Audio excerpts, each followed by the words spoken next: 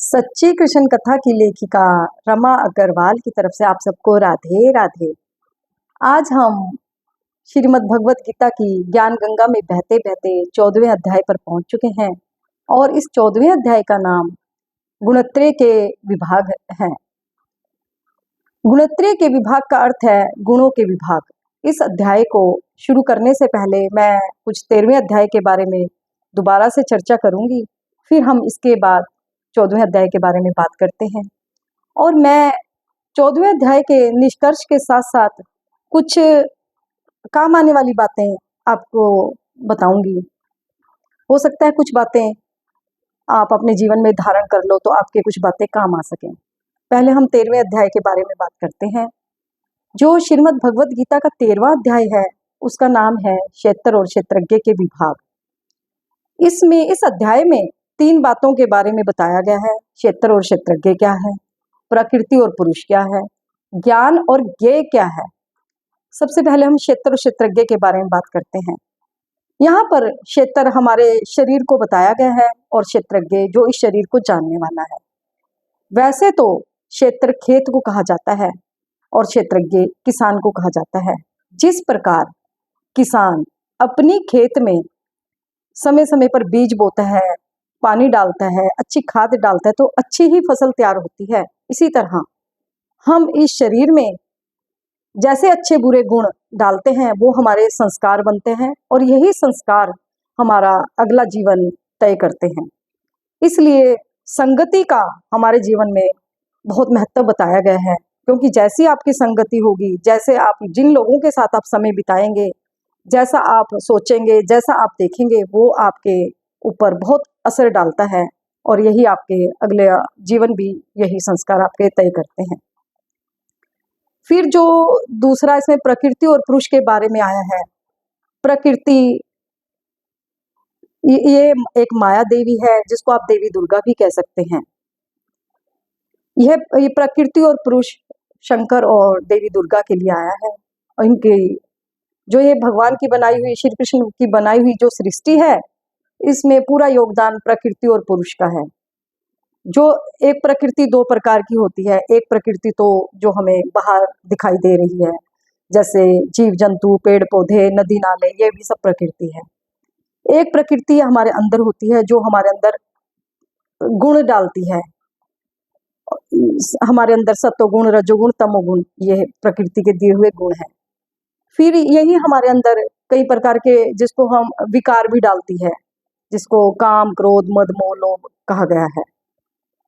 फिर यही प्रकृति हमने हमारे अंदर इंद्रियां भी डाली हुई है, मन, बुद्धि, देखने की शक्ति, सूंघने की शक्ति, जिससे कि हम ये स्पर्श करने की शक्ति, स्वाद लेने की शक्ति, जिससे ये हमारा पूरा संसार हमारा चल रहा है।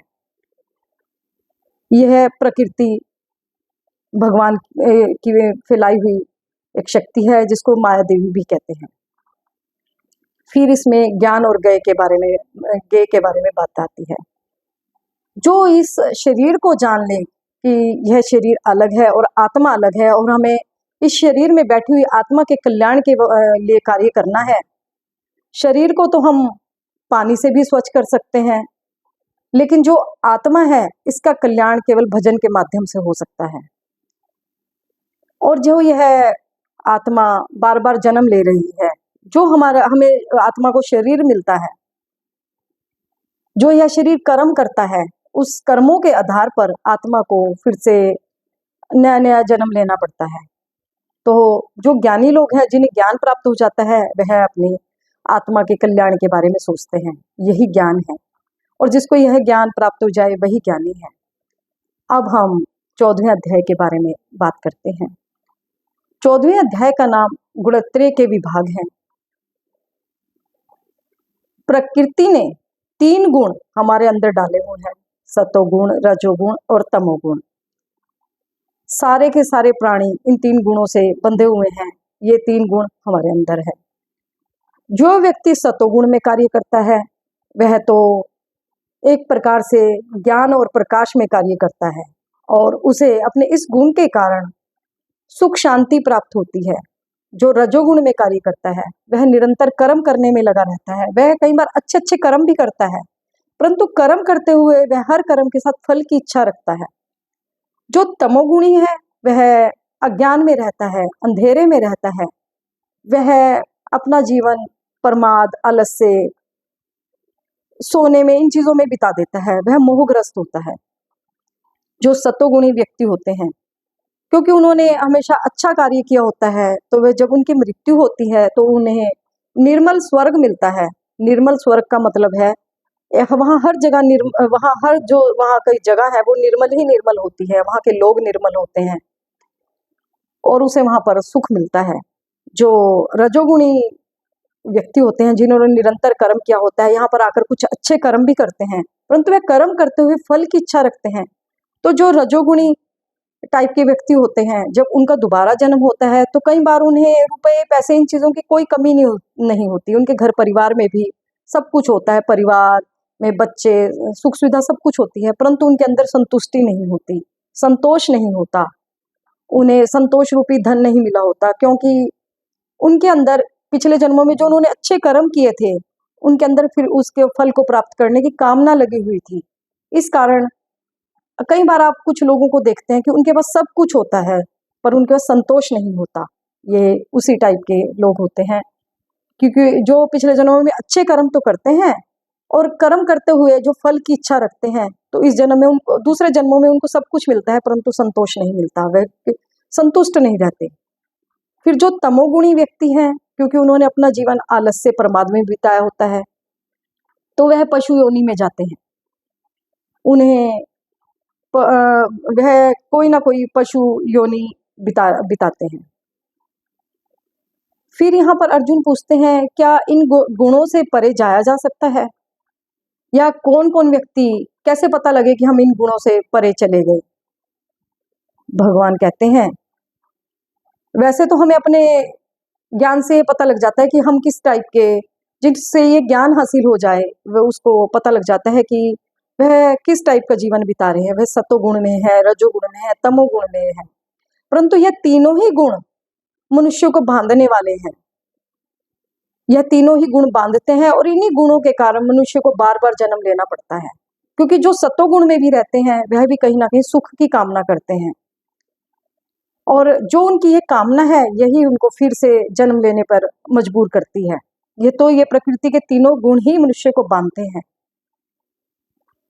फिर अर्जुन यहाँ पर श्री कृष्ण भगवान से एक क्वेश्चन पूछता है, तो क्या इन गुणों से कोई परे जाता है तो उसको कैसे पता चलता है कि वो इन गुणों से ऊपर हो गया। श्री कृष्ण भगवान कहते हैं, जिसे जो सुख दुख में एक जैसा बना रहता है, जो मान अपमान में एक जैसा बना रहता है, जो मिट्टी और सोने को एक जैसा देखता है, जिसे वह जो सब में समभाव रखता है, वह देखता है कि जो आत्मा मेरे अंदर है वही दूसरे के अंदर है, और यही वही पशुओं के अंदर है, वही पेड़ पौधों के अंदर है, जो प्रकाश मेरे अंदर है वही इनके अंदर है। जो सब में दया और करुणा भाव रखता है, तो वह समझो इन गुणों से ऊपर उठ गया।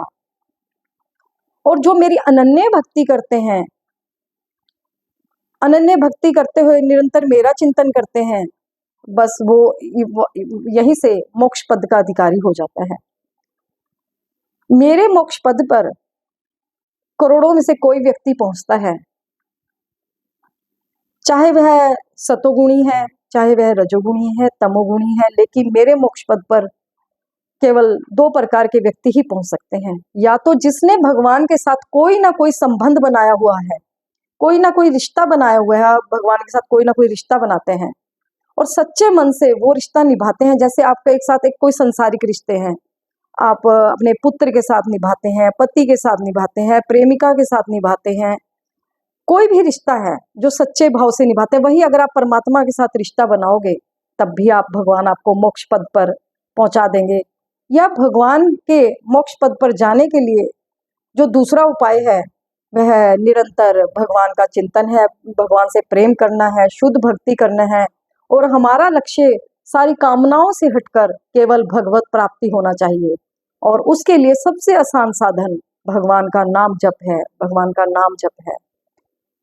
नाम जप भी ऐसा होना चाहिए जिसमें कोई कामना ना हो, केवल प्रभु के लिए प्रेम हो, तो आप भगवत धाम के अधिकारी हो जाते हैं। फिर यहाँ पर इस अध्याय में कहा गया है, जिस समय हमारा मृत्यु का समय आता है, भगवान के धर्मराज के दरबार में हमारा पूरे जीवन का अकाउंट खुलता है, लेखा जोखा खुलता है। उस समय उस जो हमारा लेखा जोखा होता है, जो हमने जीवन भर कर्म किए हैं, उस कर्मों के आधार पर हमारा अगला जीवन तय होता है। जिस तरह ये जो जीवन है, ये एक मुसाफिर खाना है। जैसे हम कोई किसी बस में चढ़ते हैं, कोई बस में चढ़ रहा है, कोई उतर रहा है, कोई बस में चढ़ रहा है, कोई उतर रहा है, कोई अपनी मंजिल पर पहुंच रहा है। ये जीवन इसी तरह है, कोई संसार में आ रहा है, कोई जा रहा है, और सबके जो इस जीवन में आकर हमने किया, उसका सब हिसाब किताब धर्मराज श्री कृष्ण भगवान के पास ही है। और जिस समय हमारा मृत्यु का समय आता है, क्योंकि जिस समय हमारा जीवन हुआ, उसी समय हमारा मरना भी तय हो गया। जैसे भगवान के रजिस्टर में हमारी जन्म तिथि लिखी थी, उसी समय हमारे मरने की तिथि भी तय हो गई। और जब हम यहाँ पर आते हैं, तो भगवान के रजिस्टर में हमारा एक अकाउंट बन जाता है। और जब हमारा मरने का समय नजदीक आता है, तो भगवान वो अकाउंट खोल देते हैं, और उस समय हमारे जीवन के पूरे कर्म देखते हैं। उन कर्मों के आधार पर फिर हमारा अगला जन्म होता है। कई बार जिन्होंने जीवन भर भक्ति की होती है, और या किसी का कोई पुण्य कर्म उदय हो जाए, मरते समय भगवान की याद आ जाए, चाहे वह सतोगुणी है, रजोगुणी है, तमोगुणी है, बड़े से बड़ा पापी भी है, जिसको उस समय अंतिम समय में भगवान की याद आ जाए, तो वह भी भगवान के मोक्ष पद का अधिकारी हो जाता है। परंतु ऐसे ही भगवान की याद नहीं आती, कोई ना कोई पुण्य कर्म जरूर किए होते हैं। और यह तो जो आप ऋषि मुनि देखते हैं, जीवन भर साधना करते हैं, ये क्यों साधना कर रहे हैं? ये मुक्ति पद के लिए साधना करते हैं। और जो निरंतर अभ्यास, जीवन भर अभ्यास करते हैं, अंतिम समय में यह साधना उनके काम आती है। और कई बार हमारी मृत्यु कुछ इस प्रकार हो जाए कि हमें भगवान की याद ही ना आए, उस समय भगवान हमारे पूरे जन्मों का लेखा जोखा जो रजिस्टर में लिखा होता है, उस समय वह अकाउंट खोल देते हैं, और भगवान अपनी याद ऐसे भक्तों को स्वयं दिलाते हैं। और जो भगवान के अनन्य भक्ति करते हैं, भगवान का ही निरंतर चिंतन करते हैं, वही बस यहाँ से मोक्ष पद के अधिकारी हैं। यही 14वें अध्याय का निष्कर्ष है, जो मैंने आपको थोड़ा सा बाद में आसान तरीके से समझाने का प्रयत्न किया है। मुझे उम्मीद है जो मैं गीता ज्ञान आपको समझा रही हूँ, आपको कुछ न कुछ बातें समझ आ रही होंगी, और यह बातें आपके जीवन में काम आएंगी। अब हम 15वें अध्याय के बारे में वीडियो आगे बनाएंगे। आज के लिए इतना ही। जय जय श्री राधे।